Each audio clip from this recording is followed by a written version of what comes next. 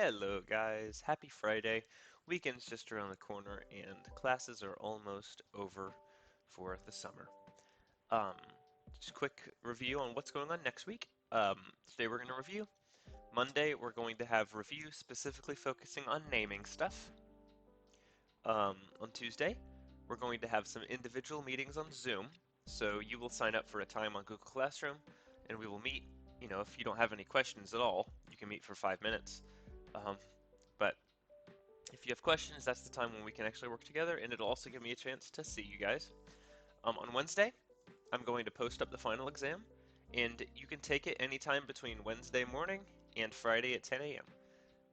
I would recommend not doing it on Friday morning, because if you have technical difficulties and you can't get it in because you waited too long, um, since you procrastinated, I'm going to have a little hard time opening that up for you. This is how college works. Um, so, if I were you, I'd take it on Wednesday or Thursday. Um, Maybe Wednesday would be better because it'll be fresh in your head. But let's go over the homework. So, um, for number one and number two, or for number one, I asked you what's the difference between an alkyl halide and an aryl halide. We didn't really talk about aryl groups, so I thought that would be a nice little bonus for you to know. Um, so an alkyl halide is basically single bonds with a halogen, because an alkyl group is a single bond, let's say fluorine. And then an aryl group is an aromatic, which we talked about a little bit with a halogen. And an aromatic is a small little single bond ring. So that's all that was. Number two, the physical properties of alcohol are a result of what two factors? Um, the two things that make alcohol unique is a polar hydroxide group and a nonpolar alkyl group. No cool explanations there. That was just all that said in the book. Number three, um, what influence does the length of hydrocarbon chain have on an alcohol? Um, well, the chain basically decides whether it's going to be polar or nonpolar.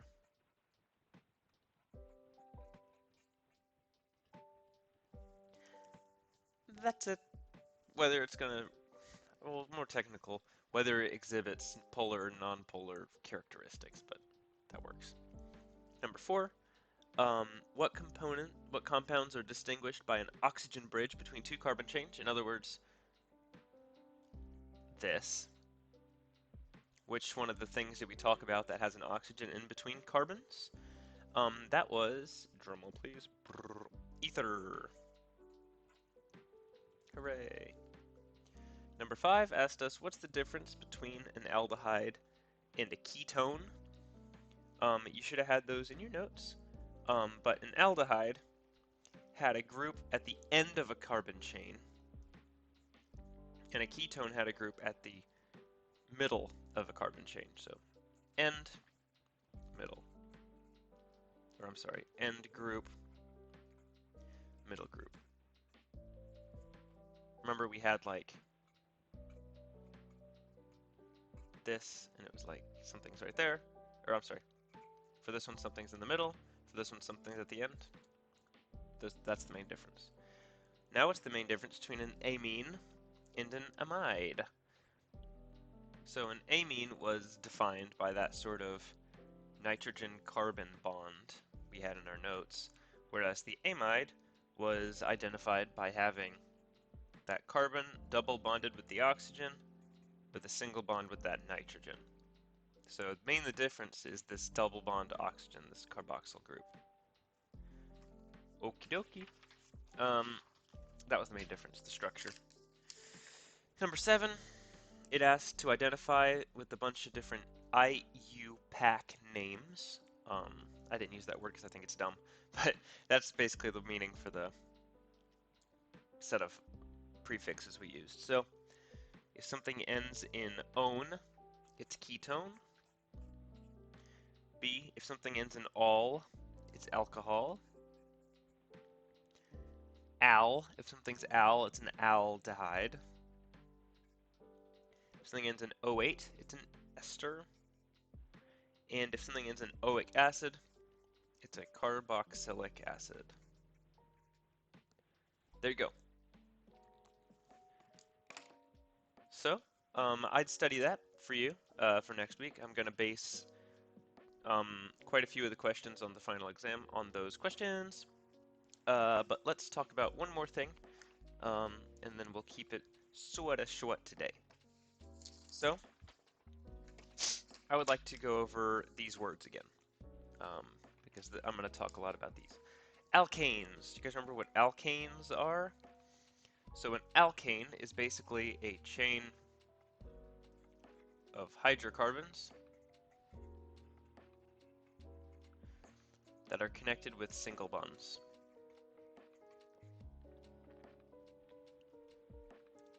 Like that, for an example. Bunch of hydrocarbons that are connected by single bonds.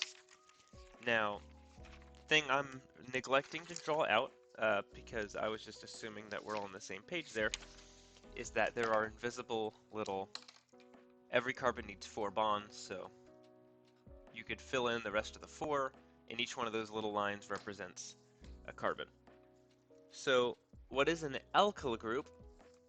An alkyl group is, for lack of a better word, it's the same thing, a chain of hydrocarbons, but it has a missing hydrogen.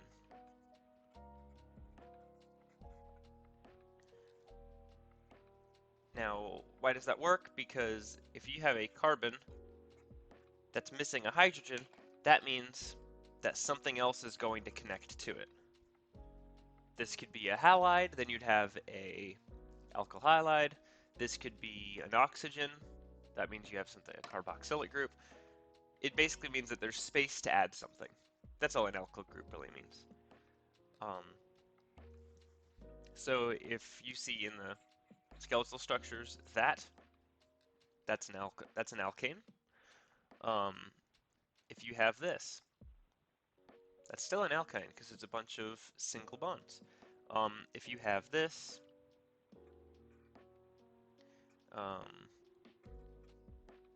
that's an alkane.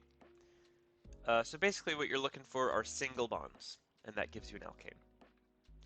Now an alkene, alkenes are basically the exact same thing, except that means you're adding in those double bonds. So it's a chain of hydrocarbons, double bonds. I'm not going to write that out. This is double bonds. It ends up looking like this. If you had like C, C, C, C, C. This could be an example of an alkene because you got double bonds. It could be as simple as this, as weird as this. It doesn't really matter. And this was where we added in the ability to name them. So you look for the busiest end. That would be this guy. Then you'd count the carbons. 1, 2, 3, 4. You'd use the prefix that includes the 4, right? We're gonna talk about naming tomorrow. But just because I'm stuck now and I have to do it. 4 means bute as a prefix.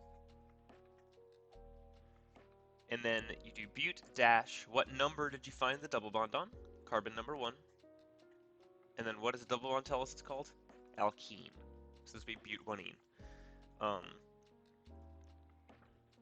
Oh, I never showed you guys. I told you there was a mistake in the book. And I asked you to find it. And some of you guys found it. But I wanted to show you because I think it's so funny. Oh. There we go. So,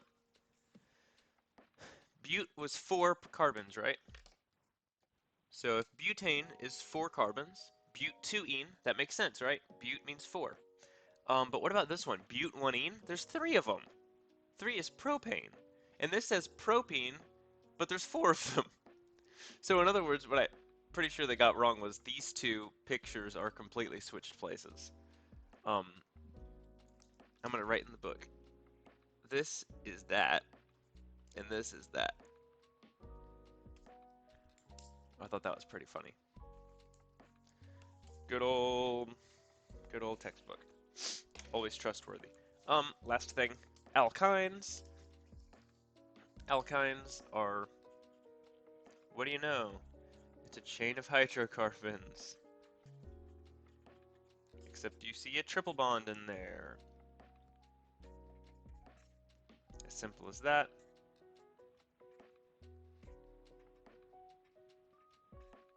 As complex as that. Now, a question that some of you actually may have had that I didn't address was, what happens if a compound has double bonds and triple bonds in it? Do you go with the biggest one when you name it? Do you go ene or ein? The cool thing is you actually end up with a name that's like, let's just come up with a random example. Pent 2 ene 4 ein. Okay, so you'd have a much longer name. What that means is pent means you have 5 carbons, right? That would mean that on carbon 2, you have a double bond, because ene means double bond. And on carbon 4, you have a triple bond, because ein means triple bond. So if they were numbered like this, that's what that means. So you can have both, but you have to make a longer name. That's not going to be on the exam. I just thought you might be interested. Your homework is to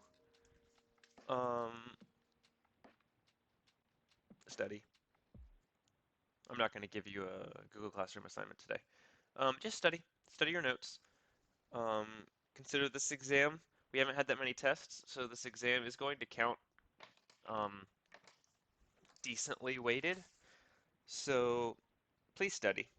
I'm not going to try to give you any stupid, weird trick questions, but I'm going to completely base it on what I've given you in your notes. So if you haven't taken good notes, maybe rewatch some of the videos and make sure your notes are good. Read over your notes.